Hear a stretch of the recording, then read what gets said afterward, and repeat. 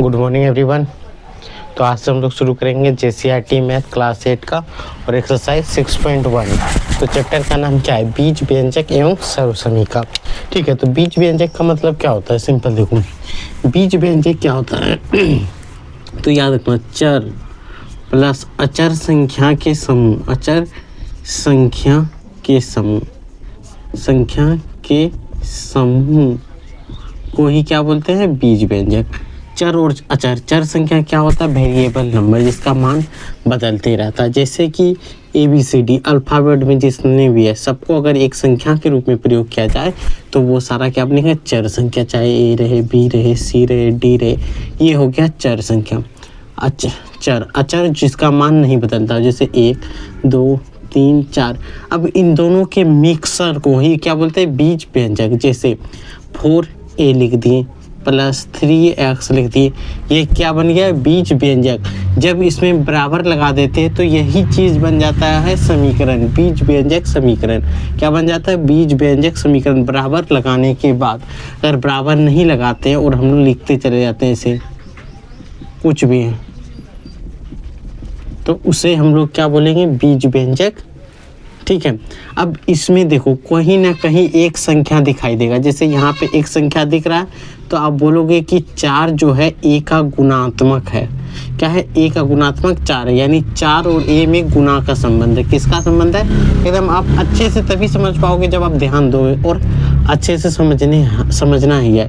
ध्यान दोगे तो अच्छे से समझ में आएगा। देखो यहाँ पे 4A है, इसका मतलब होता है 4 × A। 4 और A के बीच में कौन सा संबंध है? गुणात्मक संबंध है। ठीक है, क्वेश्चन में जैसे आए कि निम्नलिखित का गुणात्मक संख्या लिखिए, तो संख्या है 4A होगा कि नहीं? संख्यात्मक गुणांक ये होगा। चर संख्या भी पूछ सकता है। तो आपको ये समझ में आया कि ये कभी भी रहे ऐसे रहे, अगर कभी आपको ऐसे दिख जाए तो इसका मतलब समझ जाना कि 3 × x है, इसका गुना है और इसी को हम लोग 4 से भाग दे रहे हैं। एकदम क्लियर समझना है, पॉइंट टू पॉइंट, तभी आप अच्छे नंबर ला सकते हो। क्या लिखेंगे? 3 × x, इसका मतलब यही होता है 3 × x। नीचे में 4 है तो ये 4 किस में है? बटे में, डिवाइड में, भाग में, तो यही हो गया। जोड़ में तो आप दिख ही रहा है, कोई दिक्कत। अब चलते हैं इसको पद के अनुसार कितने भागों में बांटा गया है, तो पद के रूप में इसको देखते हैं। एक सेकेंड, इसको मिटा लेते हैं पहले। ठीक है, तो चलिए इसको मिटाएं। ये समझ में आया? अब देखो पद के अनुसार, टर्म के अनुसार क्या बोलेंगे? पद। तो देखो इसके मुख्य रूप से इसमें हम लोग 3 ही पद पढ़ते हैं। एक बहुपद होता है जिसमें एक से अधिक, तो होता है एक पद। पद की गिनती तभी करेंगे जब उसमें प्लस या माइनस जुड़ा रहे। ठीक है, गुना भाग में रहेगा तो वो पद में नहीं जुटेगा। जैसे यहाँ x² रहा, ये एक पद हुआ। xy रहा, एक पद हुआ। zyt रहा, एक पद हुआ, या संख्या मान लो ऐसे, तो ये सारे एक पद हुआ। गुना में रहे या भाग में रहे वो एक ही पद गिनाएगा। जैसे प्लस माइनस देखो तो समझ लेना अलग अलग पद है। दूसरा होता है द्विपद, जिसमें 2 पद हो। क्या हो? 2 पद। जैसे x और y दिखे, प्लस है यानी प्लस जो है प्लस और माइनस पद को अलग कर देता है। ये हो गया एक पद, ये हो गया एक पद, टोटल 2 पद। अब कभी ऐसे दिख जाए आपको, ठीक है। इसको भी देखो, यहाँ प्लस है यानी ये एक पद ये हुआ, टोटल 2 पद है। क्लियर एकदम समझना है। कोई डाउट हो तो कमेंट बॉक्स में आपको ज़रूर बताना है। ठीक है, ये एक पद हो गया, द्विपद हो गया। तीसरा आ जाते हैं त्रिपद। त्रिपद में क्या होता है? जिसमें 3 पद हो, या तो ऐसे हो x² y + z, ये 3 पद हो गया। या तो माइनस में भी हो सकता है और एक प्लस में भी हो सकता है, और हो सकता है कि दोनों माइनस में हो। ये अब यहाँ देखो माइनस जैसे किए तो ये अलग पद बन गया, ये अलग पद, ये अलग पद। ठीक है, तो एक पद, 2 पद, 3 पद, तो इसी को क्या बोलते हैं? त्रिपद। क्या बोलते हैं? त्रिपद। अब इसमें हम लोग कुछ भी ऐड कर देंगे, जैसे 2 हो गया, इसके बटे में 3 लिख दें, फिर भी ये त्रिपद होगा। यहाँ 4 y भी लिख दें, y z 5 कुछ भी लिख देंगे तो फिर भी ये क्या बनेगा? त्रिपद। इसमें हम लोग ऐसे लंबा सा ऐड कर देते हैं, ऐसे z, कोई दिक्कत? ये भी क्या बनेगा? त्रिपद ही बनेगा, ये 4 पद नहीं होगा। ठीक है, जब तक इसमें माइनस और प्लस में चेंज ना करें। माइनस लिख के कुछ ना लिखेंगे तब तक वो सेम पद रहेगा। त्रिपद है तो त्रिपद, द्विपद है तो द्विपद। ये समझ में आया? अगर समझ में आ गया हो तो लाइक और सब्सक्राइब जरूर करना है, ताकि झारखंड बोर्ड के कोई भी क्वेश्चन आपसे छूटे नहीं, और झारखंड बोर्ड में जो बोर्ड एग्जाम होता है उसमें आप अच्छे नंबर ला सको। ठीक है, तो उसके लिए आपको सब्सक्राइब जरूर करना चाहिए। अब आते हैं हम लोग क्वेश्चन पे। JCERT बुक्स अगर आपके पास है तो लेके बैठना है और साथ साथ लिखते रहना है और समझते रहना है। जो भी डाउट हो वो कमेंट बॉक्स में बताना है, ठीक है। और उसका आंसर आपको ज़रूर से टेलीग्राम पे देंगे। टेलीग्राम चैनल आप ज्वाइन कर सकते हो। टेलीग्राम आपको सर्च क्या मारना है, टेलीग्राम में जाके एजुकेशन विद MKC। अगर टेलीग्राम में जाके आप ज्वाइन कर लोगे तो कोई भी डाउट हो तो क्लियर कर सकते हैं। जैसे कि कोई भी छोटा सा, जैसे कि बहुत बड़ा क्वेश्चन में आपको यहाँ पे छोटे से जगह, मतलब इतना बड़ा क्वेश्चन है आपको यहाँ पे डाउट हुआ, तो यहाँ उसमें टेलीग्राम में क्या होगा, इतना सा ही वीडियो बना के आपको डाल देंगे, आप देख के वहाँ से क्लियर कर सकते हो। ठीक है, बेसिकली यही है। तो चलिए पहला क्वेश्चन आते हैं 6.1 का एक्सरसाइज का। ठीक है, तो पहला क्वेश्चन क्या है, निम्नलिखित व्यंजकों के संख्यात्मक गुणांक को लिखे। गुणांक मतलब कोफिशिएंट। अभी बताएं, कोई भी व्यंजक में कोई ना कोई संख्या उससे गुणा के रूप में होता है, उसके साथ अटैच होता है गुणा के रूप में। किस रूप में? गुणा के रूप में। तो एक का ए नंबर है क्या, XY, यहाँ ए है तो हम लोग ए बैठाएंगे। इसके साथ आप देखो संख्या कोई है, एक या दो कोई है, चर या अचर संख्या बोले हम, बोले हैं कि नहीं, लेकिन हमें संख्यात्मक मतलब ही मान लेना अचर। यहाँ पे कुछ अटैच है नहीं है। आपको पता होगा कि एक को अगर 10 से भी गुना करेंगे तो 10 से होगा, एक को अगर 20 से भी गुना करेंगे तो 20 से होगा, यानी कि इसके अंदर एक है। क्या है? एक है, यानी XY को हम लोग एक से भी गुना कर दे तो वो XY ही होगा। तो यहाँ पे इसका संख्यात्मक गुणांक ही क्या है? एक। तो यहाँ पे ऐसे लिख देंगे संख्यात्मक गुणांक बराबर एक। एकदम बेसिक से लिखना है, कोई दिक्कत? अगर कोई भी दिक्कत हो तो आप बता सकते हो। ठीक है, टेलीग्राम जरूर से जरूर आप ज्वाइन करें। अब आते हैं बी नंबर पे। देख सकते हो आप JCERT बुक जैसे आपको नज़र आ रहा होगा, क्या है, -7x²। अब यहाँ पे लिख देंगे संख्यात्मक गुणांक। संख्यात्मक गुणांक, इसमें आपको संख्या क्या दिख रहा है? आप बोलोगे 7, कोई दिक्कत नहीं, 7 तो है ही, उसके साथ माइनस है तो -7, या तो आप 7 भी लिख सकते हो, कोई दिक्कत नहीं है। लेकिन ये ऋणात्मक संख्या है तो -7 गुणांक है, क्योंकि संख्या दो प्रकार का होता है, ऋणात्मक संख्या और धनात्मक संख्या। सी नंबर आते हैं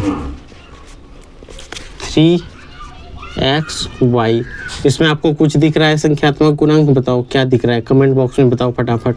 इसमें क्या दिख रहा है, कमेंट बॉक्स में लिख के बताओ। संख्यात्मक गुणांक इसमें क्या होगा, अगर पता चल रहा है तो कमेंट बॉक्स में बताओ। संख्यात्मक गुणांक कौन सा संख्या दिख रहा है, गुणांक कौन सा संख्या दिख रहा है? बोलोगे आप 3, तो इसका आंसर हो गया 3, कोई दिक्कत? अब आते हैं क्वेश्चन नंबर डी पे। आप किताब JCERT अगर आपके पास है तो मिलाते रहना है। एक क्वेश्चन ये हो गया, ठीक है। इस क्वेश्चन को आप देखो, यहाँ पे लिख सकते हैं संख्यात्मक गुणांक। संख्यात्मक गुणांक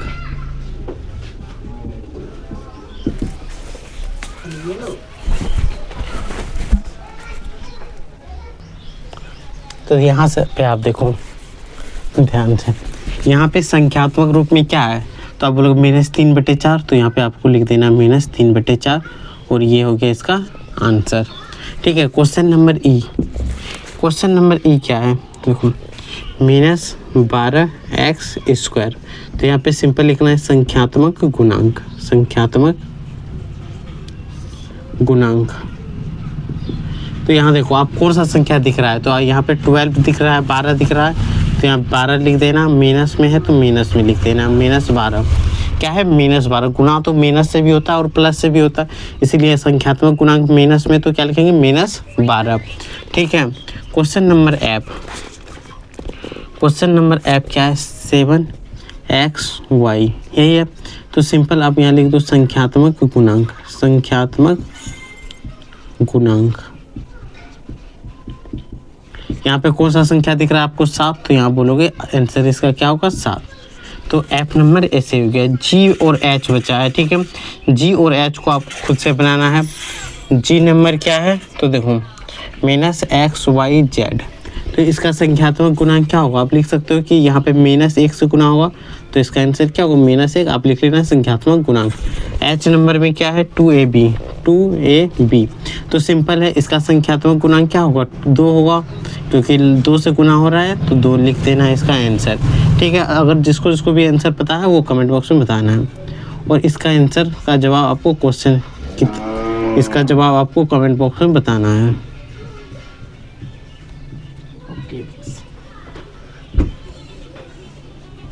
ठीक है, अब आते हैं क्वेश्चन नंबर 2 पे। क्वेश्चन नंबर 1 यहीं पे कंप्लीट हो जाता है। अब क्वेश्चन नंबर 2 पे आते हैं।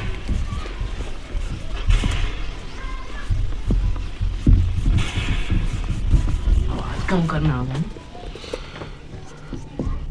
क्वेश्चन नंबर 2 देखो, क्वेश्चन नंबर 2 समझना है। क्या निम्न को एक पद, द्विपद और त्रिपद में वर्गीकृत कीजिए।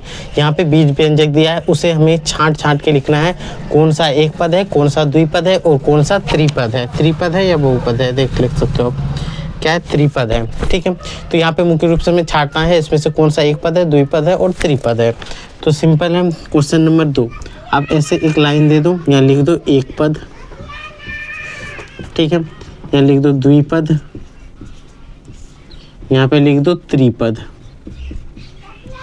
ठीक है, ये एक पद, द्विपद, तीन पद। अब यहाँ पे क्वेश्चन मिलाते रहना। ए नंबर है, क्वेश्चन नंबर ए क्या है 2x - 2, यानी ऐसे है 2x - 2, इसके बीच में देखो माइनस है, यानी एक पद एक दो पद है, यानी ए नंबर जो है 2x - 2 ये यहीं पे होगा क्योंकि ये द्विपद है। बी नंबर दिया हुआ है देखो 3x² y। अब देखो इसमें प्लस माइनस दिख रहा है, नहीं दिख रहा है, तो ये क्या होगा एक पद, तो ये ए नंबर में होगा 3x² y। सॉरी ये बी नंबर है, तो बी नंबर क्या होगा द्विपद। आप एक ऐसे भी बना सकते हो, या तो आप लिख सकते हो उसके नीचे एक पद और द्विपद, तो नीचे ही लिखते ताकि और भी आसान हो जाए, तो इसको मिटाते हैं इस ऐसे, इससे अच्छा क्या होगा नीचे प्लस। तो देखो ए नंबर क्या है 2x - 2, सिंपल है, माइनस है इसीलिए इसको दो टर्म में बांट दिया, एक 2x और एक 2, तो ये क्या हो गया द्विपद, तो यहाँ सिंपल हम लोग द्विपद लिख देंगे। बी नंबर क्या है, तो किताब देखो आप मिलाते रहना है ऐसे।